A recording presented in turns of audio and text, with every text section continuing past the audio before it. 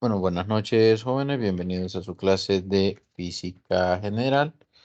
Eh, Continuando la clase del día de ayer acerca del núcleo, su conformación y los isótopos radiactivos, pues también,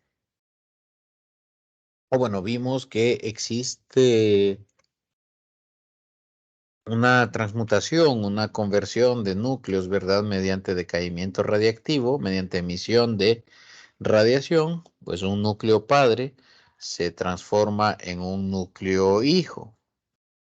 Entonces, y claro, y hay una emisión de partículas en ese proceso, ¿verdad? Entonces, nosotros, mejor dicho, Pierre y Marie Curie ganaron el premio Nobel junto a Henry Becquerel por descubrir esta radiactividad. Y dentro de los descubrimientos, vieron que el decaimiento radiactivo únicamente dependía eh, pues era un fenómeno puramente estadístico, de probabilidades. No dependía de factores o de variables físicas externas como temperatura, presión, humedad, iluminación, pues no afectaba en nada este fenómeno de decaimiento radiactivo. Entonces, vamos a definir un par de cantidades nuevas. Por ejemplo, vamos a definir la actividad, donde la actividad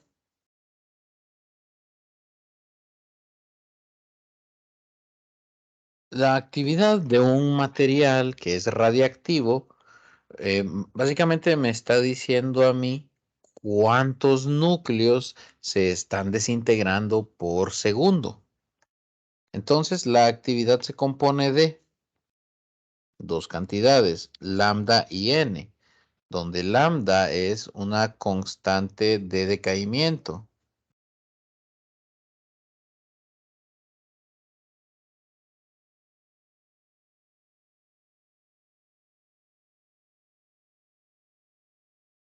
Y esta constante de decaimiento se mide en segundos a la menos uno. Se mide en segundos a la menos uno.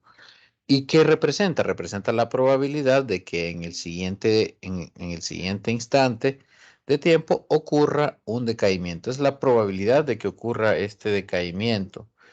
Y n es, pues, es la cantidad de núcleos que todavía pues no han decaído.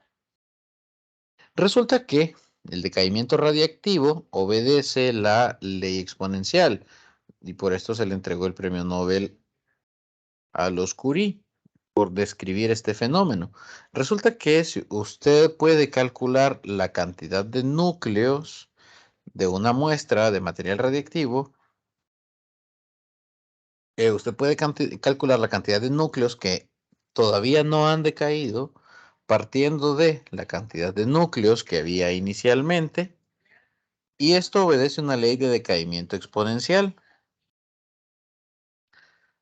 donde recuerden que lambda es la probabilidad de que ocurra un decaimiento en el siguiente segundo y t es el tiempo que ha transcurrido. Entre más tiempo transcurre, pues menos núcleos sin decaer hay. Entonces, esto es número de núcleos sin decaer. Número de núcleos sin decaer. Este de acá es número de núcleos iniciales.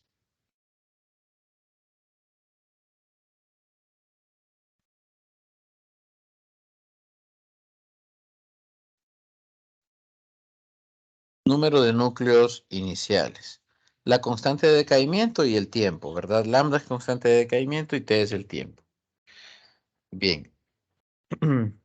Como es una función exponencial, va a ser bastante útil para nosotros reescribir esta ecuación. Esta ecuación, en realidad escrita así, suele dar problemas porque la constante de decaimiento a veces está en segundo a la -1, a veces en minuto a la -1, en año a la -1, en unidades de tiempo a la -1 diferentes. Entonces, para mí es más fácil reescribir esta ecuación en términos de algo que se llama periodo de semidesintegración. Periodo de semidesintegración.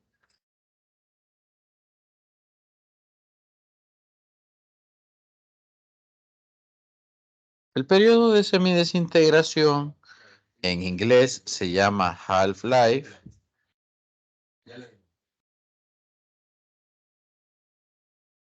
Nuestro libro lo ha traducido como mitad de vida, perdón, como vida media, ¿sí? Entonces es un tiempo característico que tienen los materiales radiactivos, los núcleos radiactivos. Este es el periodo de tiempo, este es el tiempo que transcurre en el cual se ha perdido la mitad de los núcleos existentes inicialmente, o dicho de otra forma, es el tiempo que tiene que transcurrir para que solo me quede la mitad de los núcleos iniciales. Entonces, cuando ha transcurrido, cuando T es igual al periodo de semidesintegración, se cumple que,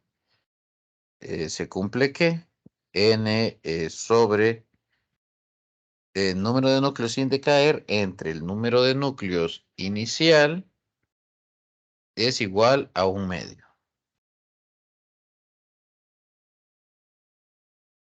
Y esto es igual a E a la menos lambda por este tiempo que es en el que ha transcurrido, perdón, el tiempo del periodo de semidesintegración, que nuestro libro de texto va a llamar vida media, ¿sí?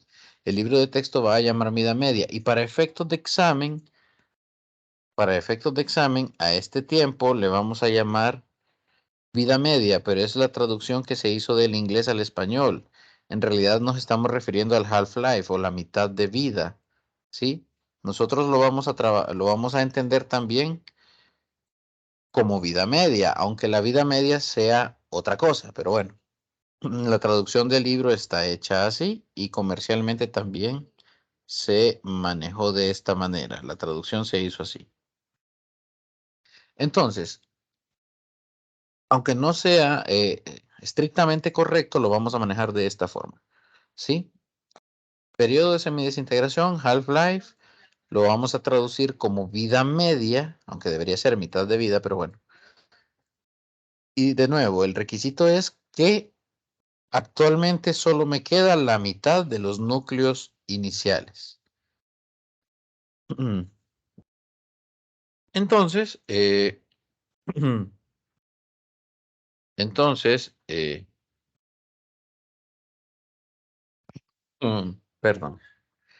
Entonces yo puedo despejar para el tiempo en esta ecuación, no lo voy a hacer porque, bueno, no lo voy a hacer paso a paso porque no es la idea, pero yo puedo encontrar o determinar que, perdón, que mi periodo de semidesintegración o vida media será igual a el logaritmo natural de 2 dividido entre la constante de decaimiento.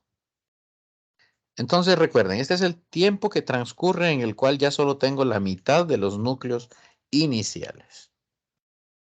Es periodo de semidesintegración, que quede claro, ¿sí? Es un tiempo, entonces esto se puede medir en segundos, se puede medir en horas, se puede medir en días, incluso en años. Y todo depende de el material radiactivo, todo depende del isótopo radiactivo que yo tenga. Cesio 137 tiene un periodo de semidesintegración de 30 años. El yodo 131 es de 8 días. El tecnesio 99 metastable es de 6 horas. Y así sucesivamente, pues yo tengo para cada material un tiempo diferente. Esto lo pueden ver ustedes en la tabla 20.1. Bien. Entonces, yo había dicho que n es simplemente el número de núcleos. Pero esta ecuación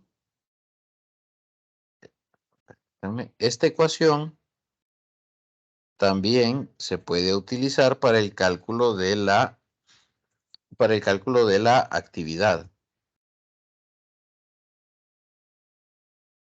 La actividad a una fecha dada será dependiente de la actividad inicial por E a la menos lambda por T.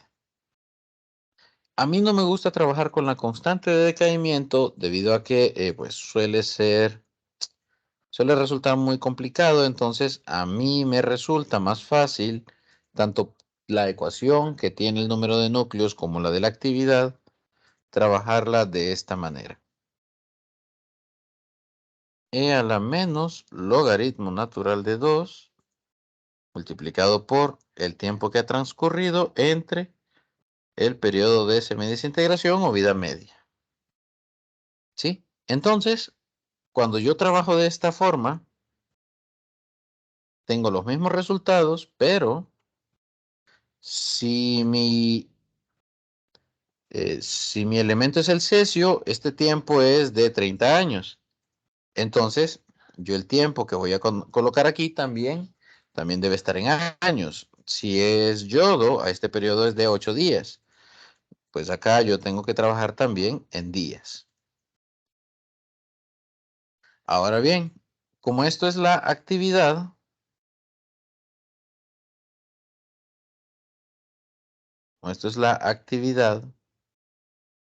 la actividad se mide en decaimientos por segundo.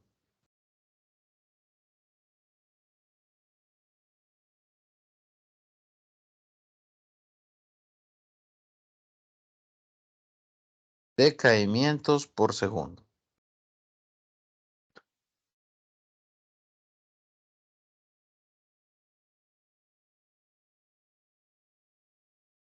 Es decir,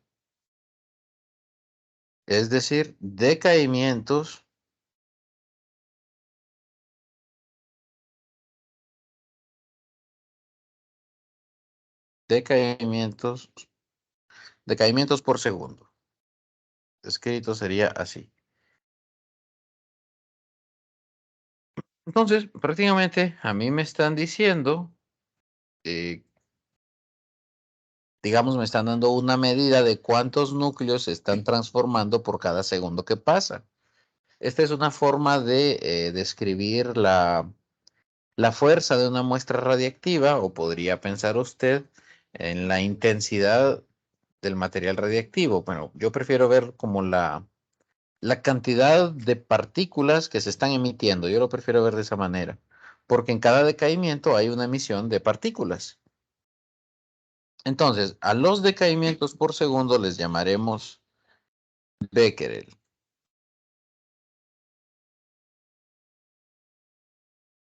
abreviado como BQ. Esta es la unidad del sistema internacional. La unidad comercial es el curie, donde un curie, en honor a Marie Curie, es 3.7 por 10 a la 10 becquerels.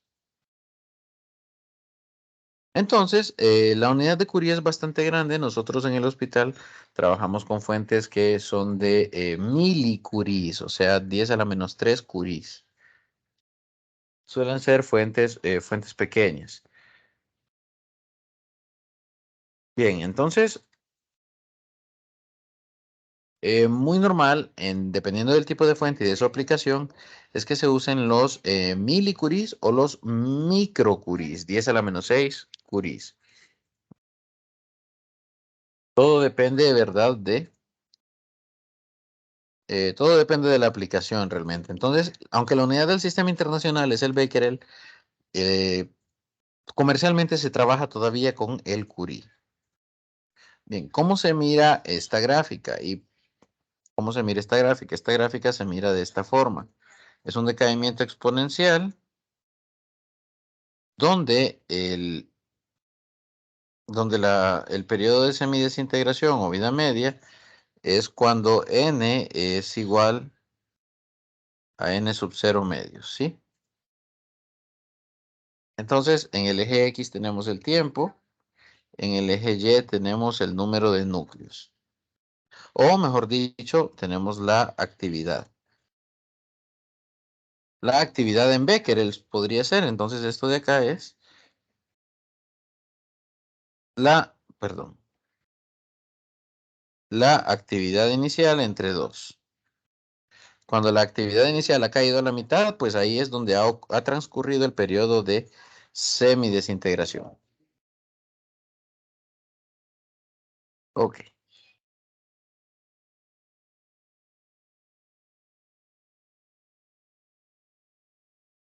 Entonces, bueno, aquí hay una parte de datación radiactiva. Más o menos, para que se hagan una idea,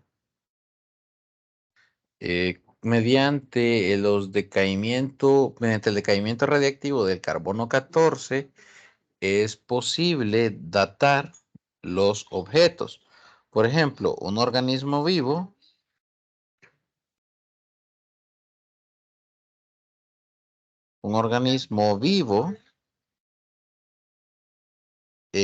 posee una cantidad de carbono 14 tal que un organismo vivo emite o tiene una actividad de 16, tiene una actividad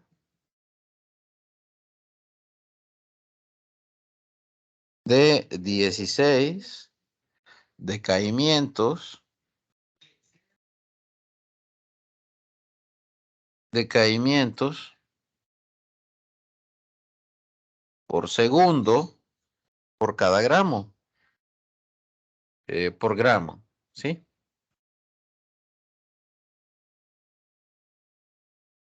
Entonces, si el organismo está vivo, por gramo de carbono, ¿verdad?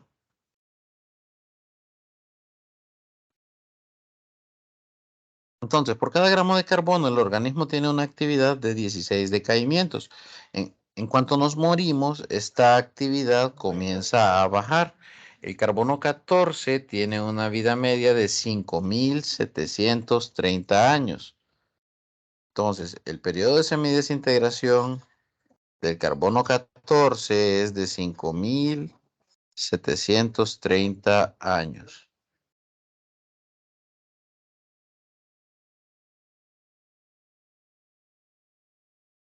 Entonces, 16 decaimientos, 16 decaimientos por gramo de carbono. El carbono tiene este periodo de semidesintegración o vida media. Entonces, si yo vengo y en un organismo yo mido una actividad por gramo de 8 decaimientos,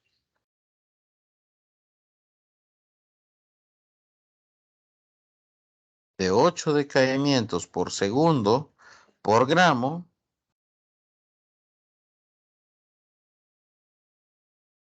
vean ustedes que es la mitad de lo que debería de haber cuando el organismo estaba vivo.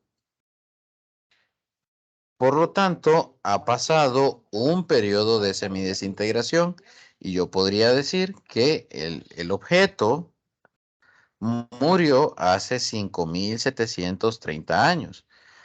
¿Y qué pasa si si la actividad que mido en realidad es de 4 decaimientos por segundo?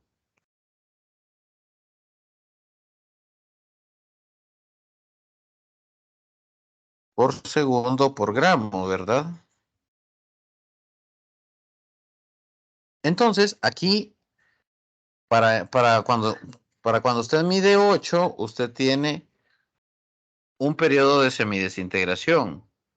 Cuando usted tiene 4, tiene la mitad de la mitad, por lo tanto tiene 2 periodos de semidesintegración.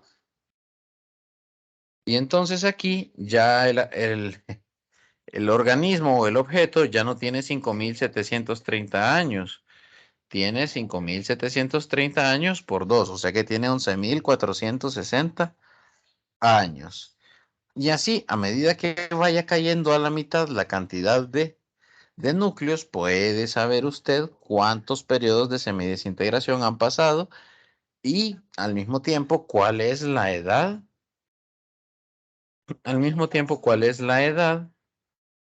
cuál es la edad de este, pues de este objeto, ¿verdad? De acuerdo a la concentración de carbono. Bien. Otra parte que es importante es que a veces nosotros no vamos a conocer el número de núcleos. Nosotros no vamos a conocer el número de núcleos que hay de un cierto material radiactivo. Entonces, lo más probable es que a nosotros nos den, por ejemplo, la masa en gramos. Si nos dan la masa en gramos, nosotros tenemos entonces que determinar el número de núcleos de alguna manera. Entonces, aquí vamos a utilizar las ciertas ecuaciones. Por ejemplo, vamos a utilizar el número de Avogadro que es 6.02 por 10 a la 23. Estos serían núcleos por, perdón, son núcleos por mol.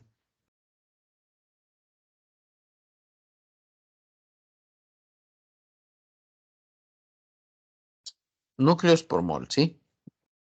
Para determinar el número de núcleos, entonces voy a usar el número de Avogadro, pero el trabajo entonces consistirá en determinar el número de moles. Y para encontrar el número de moles, que sería N como número de moles, usted tiene que dividir la masa en gramos entre la masa molar. ¿Y cómo hacemos eso? Bueno, la masa en gramos entre la masa molar. Esta masa estará dada en gramos por mol. ¿Sí? Entonces, si usted tiene un elemento, si tiene un isótopo, si tiene un isótopo, cualquiera X, con A nucleones y Z protones, ya me lo truco, pero sirve como buena aproximación, M será igual al número de núcleos, perdón, al número de nucleones, ¿sí? Es decir, a gramos por mol, ¿sí? Entonces, así puede usted encontrar, con esto usted puede encontrar el número de moles, luego el número de moles, ok. Una vez que tiene el número de moles, el número de núcleos N será el número de moles por el número de Avogadro. Así encuentra usted el número de núcleos en una cierta masa de, en una cierta masa de un isótopo radiactivo. Por ejemplo, encontremos el número, la cantidad de núcleos,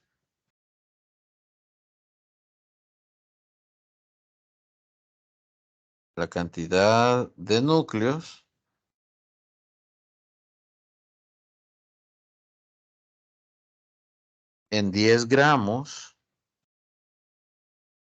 de uranio 238.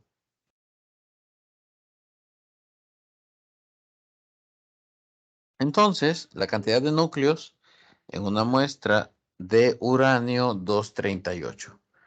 Entonces, primero vamos a encontrar la masa en gramos por mol. Esta yo le llamo masa molar.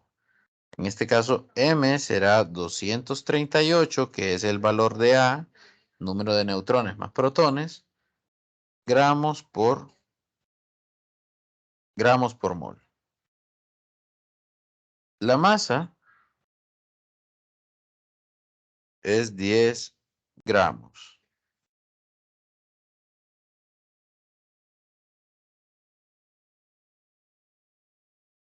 Luego, vamos a ver, vamos a ver. Luego vamos a encontrar el número de moles.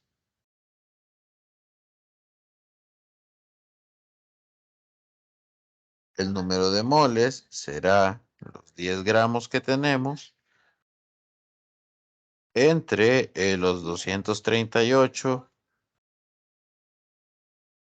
gramos por mol. Entonces acá tendremos 10 dividido 238, tendremos 0.042 moles de uranio 238. Luego, para encontrar el número de núcleos, será el número de moles por el número de Avogadro. Esto es 0.042 por 6.02 por 10 a la 23. Permítanme. Ahí. Entonces hacemos esto y nos da que el número de núcleos en esa muestra de 10 gramos de uranio 238 es de 2.53 núcleos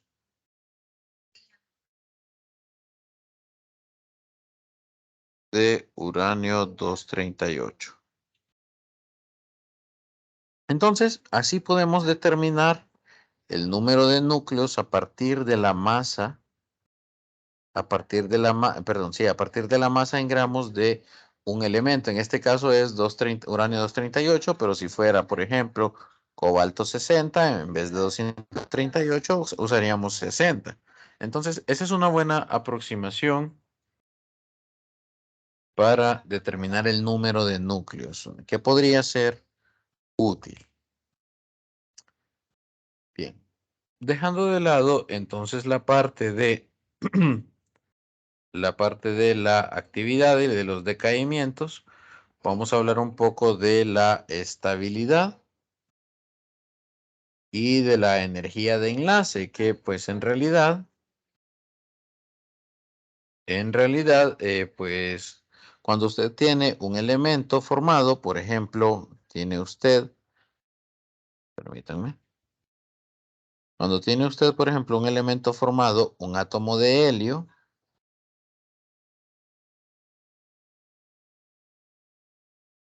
si usted tiene un átomo de helio,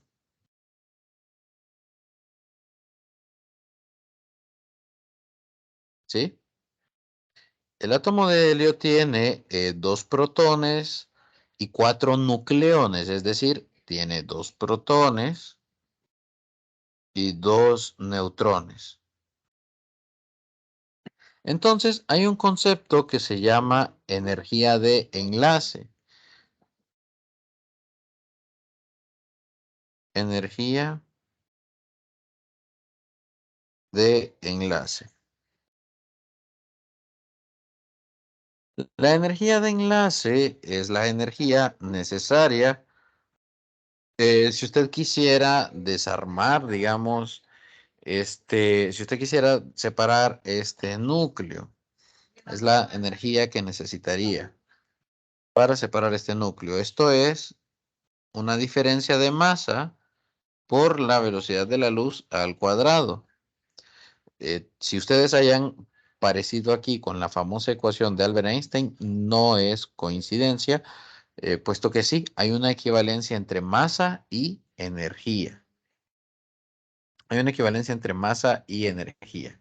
Resulta que, y vamos a tomar el ejemplo del helio, resulta que cuando usted hace la resta de la masa de la masa de la masa del la masa de dos protones, la masa de los dos protones, es decir, dos veces la masa de el átomo de hidrógeno, porque se toman en cuenta también la masa de los electrones, se toma en cuenta, por eso para la masa del protón se toma la masa del átomo de hidrógeno. Usted le suma la masa de los dos neutrones, la masa de los dos neutrones, y a esto le resta, la masa del núcleo de helio, perdón, la masa del átomo de helio, del átomo de helio. Resulta que esto no es cero, esto es diferente de cero. ¿Sí? Y entonces, esto es diferente de cero porque una parte de la energía que había disponible antes, eso está siendo utilizada para mantener unido el átomo, el sistema. O sea, tienen más, tienen más energía las componentes por separado que el sistema ya formado. Entonces, esta diferencia de masa se calcularía de esta manera y la energía de enlace es esta diferencia de masa, este defecto de masa, por la velocidad de la luz al cuadrado. Así calculamos la energía que se requiere para separar este núcleo, ¿sí? Y entonces, pues resulta que los átomos más pesados requieren menos energía para separarse. Por eso es que la fisión en los reactores nucleares se hace con núcleos de uranio 235. En el caso, bueno, también para fusionar, la fusión pues se tiene que hacer con elementos ligeros cuya energía de enlace sea baja. El Sol fusiona átomos perdón, sí, fusiona eh, hidrógeno y lo convierte en helio.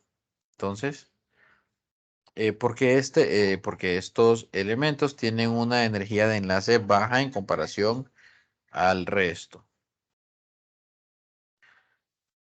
Bien, entonces de aquí nos queda solamente hablar de los efectos biológicos y las aplicaciones médicas de la radiación. Vamos a ponerlo aquí, aplicaciones médicas.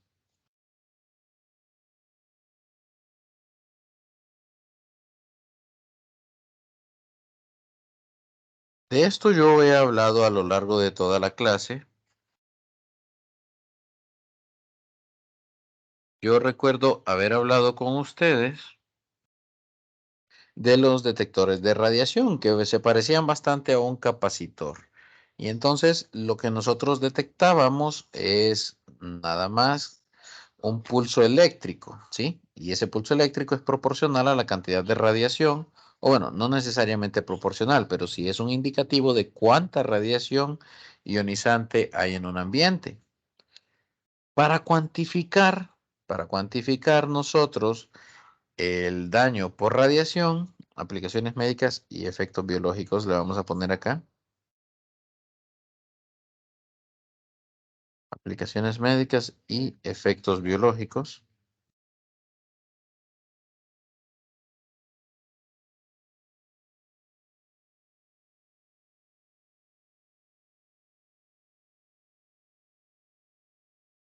Ok, aplicaciones médicas y efectos biológicos. Entonces resulta que nosotros tenemos que buscar alguna manera de cuantificar el daño por radiación. Bueno, no solo el daño, sino que, bueno, sí, el daño sería. Entonces, no, bueno, sí, el daño por radiación que se le hace a un cierto órgano, a una cierta parte del organismo, ¿sí? Entonces, para ello se define una cantidad llamada dosis de radiación. Para cuantificar el daño por la radiación que recibe un organismo. Está la dosis de radiación. Hay varios tipos de dosis de radiación. Hay magnitudes que son de protección radiológica, hay magnitudes que son de campo y pues hay magnitudes que son puramente físicas. En este caso, la dosis de radiación, ¿verdad? En- a nosotros nos ayuda porque podemos relacionarla con ciertos efectos que hay sobre los órganos, ¿sí? Podemos relacionar la dosis de radiación con la cantidad de células dañadas o relacionar la dosis de radiación con la cantidad de células que deseamos dañar. Entonces, la dosis de radiación vamos a conocer dos tipos. Dosis absorbida,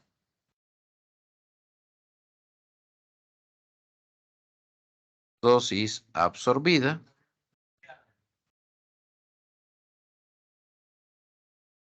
y dosis efectiva.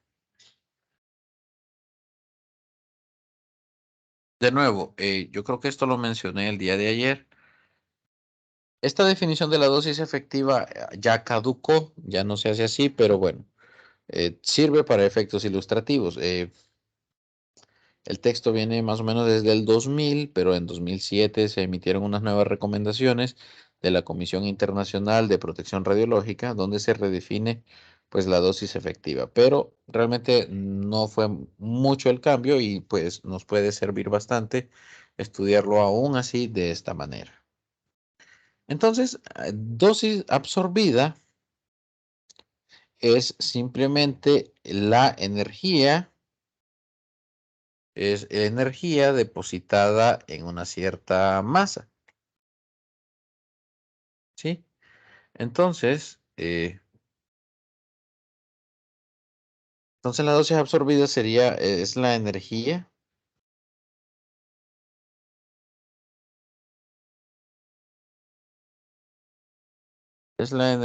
depositada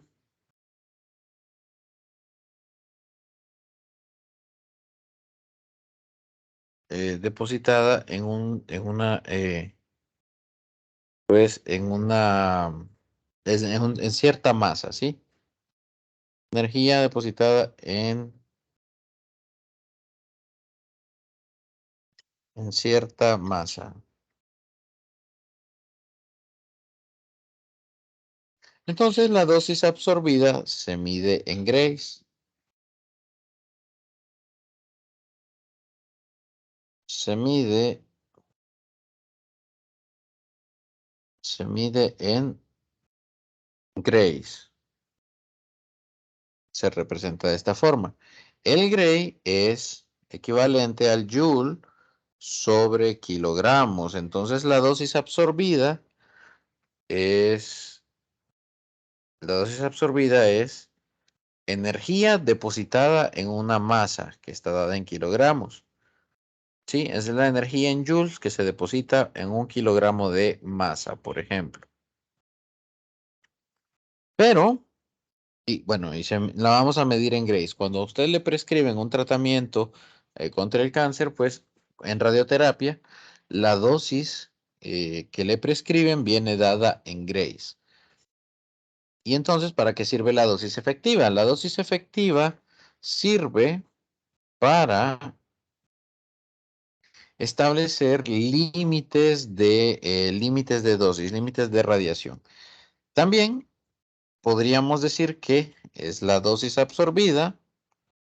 Es decir, la dosis efectiva es la dosis absorbida tomando en cuenta el tipo de radiación incidente. Es la dosis absorbida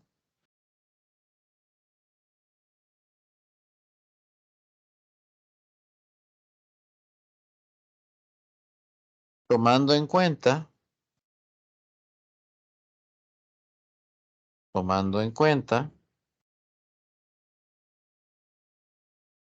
el tipo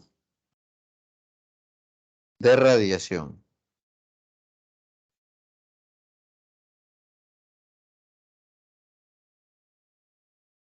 Entonces, la dosis efectiva también se mide en joules sobre kilogramo.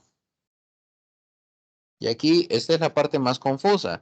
Eh, Ambas, tanto dosis absorbida como dosis efectiva, las dos se miden en joules sobre kilogramo, pero a la dosis efectiva le vamos a llamar Siever. La unidad de dosis efectiva no es el Gray, es el Siever. ¿Sí? Es el Siever. Son los joules sobre kilogramos también, sí. Pero se ha tomado en cuenta el tipo de radiación. Entonces, ¿cómo se hace eso? Bien, la dosis efectiva, la dosis efectiva será igual a la dosis absorbida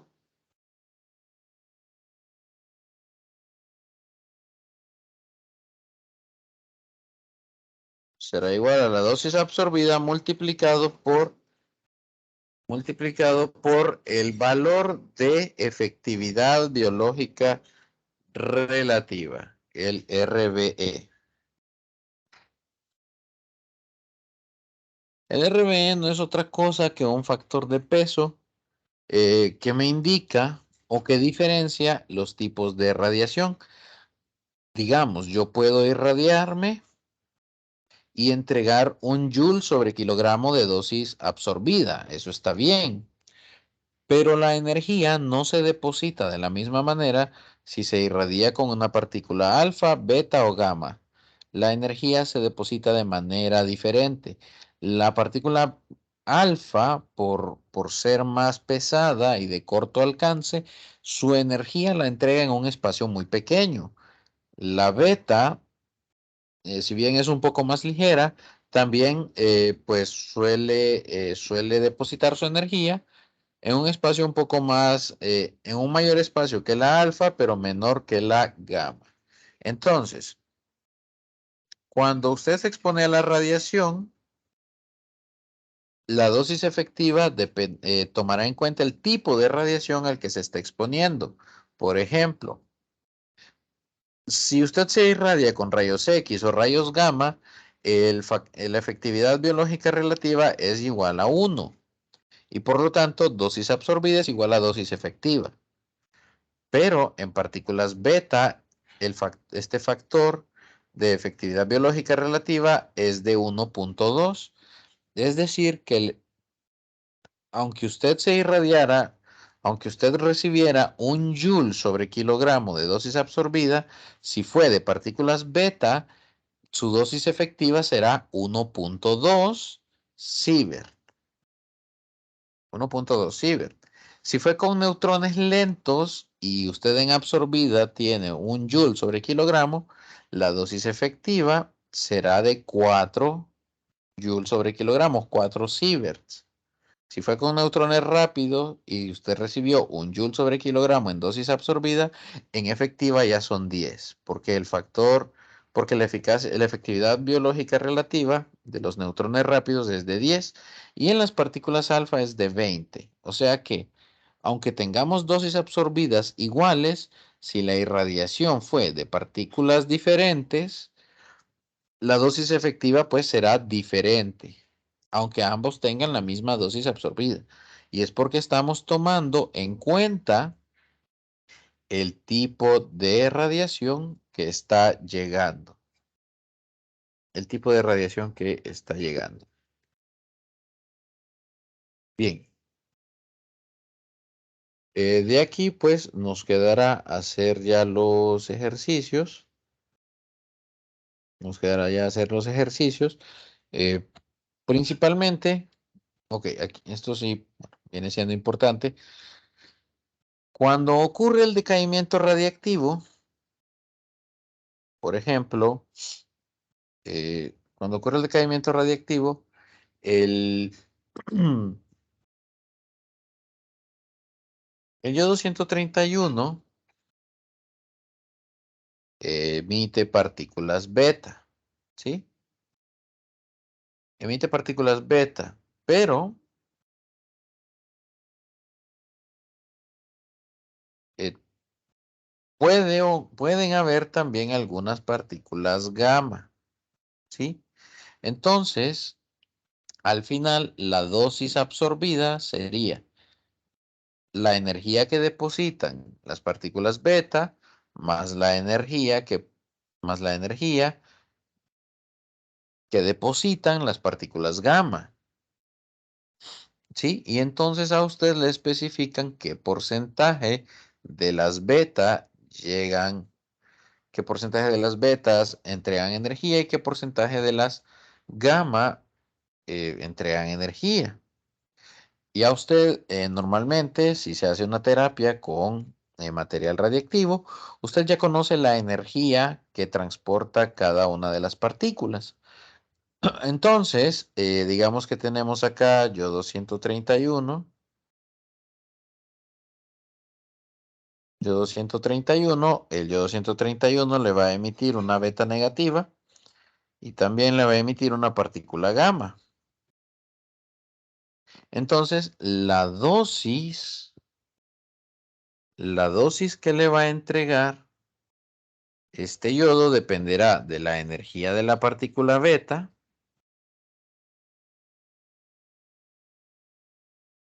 y también de la energía de la partícula gamma. Y qué porcentaje, qué porcentaje de, qué porcentaje de esas partículas llega al órgano que está irradiando. Entonces, aquí esto pues irá multiplicado por un porcentaje. Eso pues se lo dirán a ustedes en su momento. Es un dato que se les va a proporcionar. Y ahí sí, la energía total es la suma de estas dos contribuciones.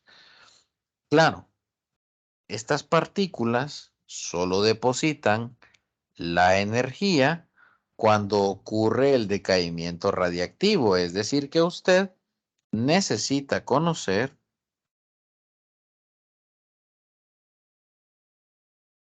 necesita conocer la actividad.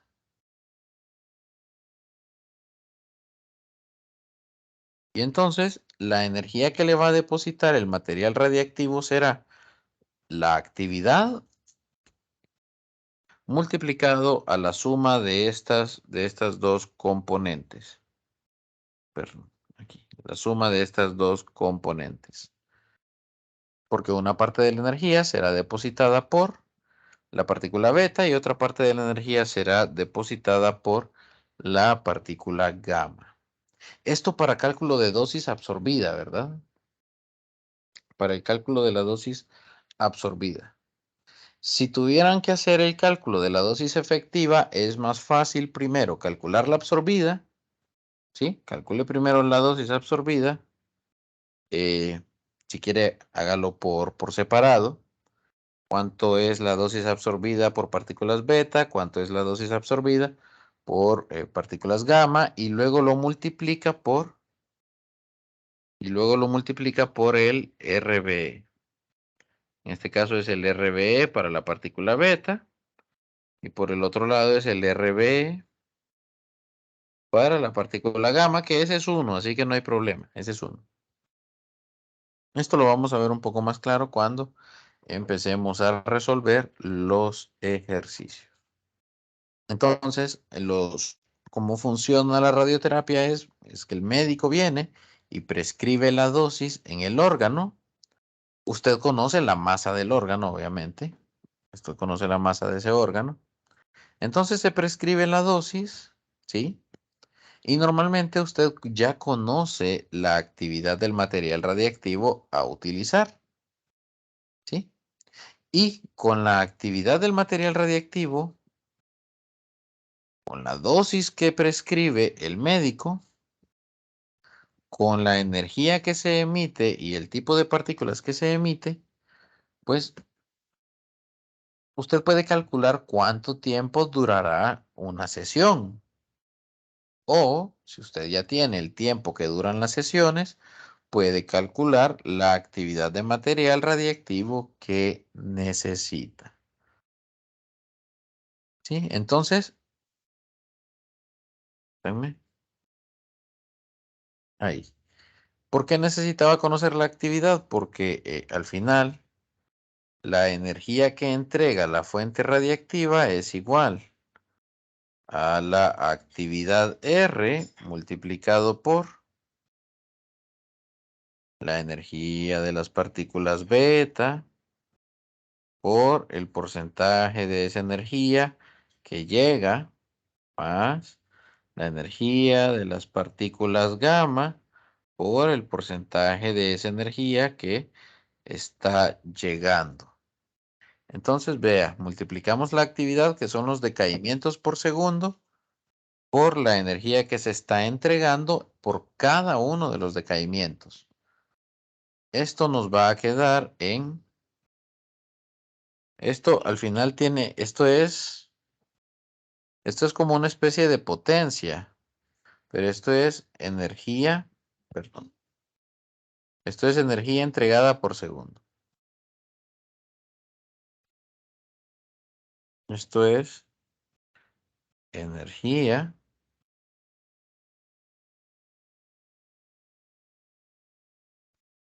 entregada por segundo. Energía entregada por segundo. ¿Por qué por segundo? Porque aquí tenemos el decaimientos por segundo, la actividad. Aquí está la energía para cada una de las partículas. Si hay 3 partículas, pues habrán tres términos aquí adentro. Si se emiten 4 partículas, si la probabilidad de 4 partículas es posible, pues habrán 4 términos ahí. Y entonces, esta es la energía que se deposita por segundo. La dosis absorbida, recuérdense que es energía sobre masa, donde la masa está en kilogramos, obviamente. Dosis absorbida, acuérdense que es energía sobre masa. Pues, esa dosis absorbida, quien la prescribe es el médico. Y usted normalmente va a conocer la masa del órgano que se va a tratar. De manera que usted puede despejar para la energía. Y esa energía es la que usted necesita. ¿Y quién la provee? La provee la fuente. Esta es la energía que provee la fuente por segundo. Y de la dosis absorbida, usted va a sacar la energía que necesita.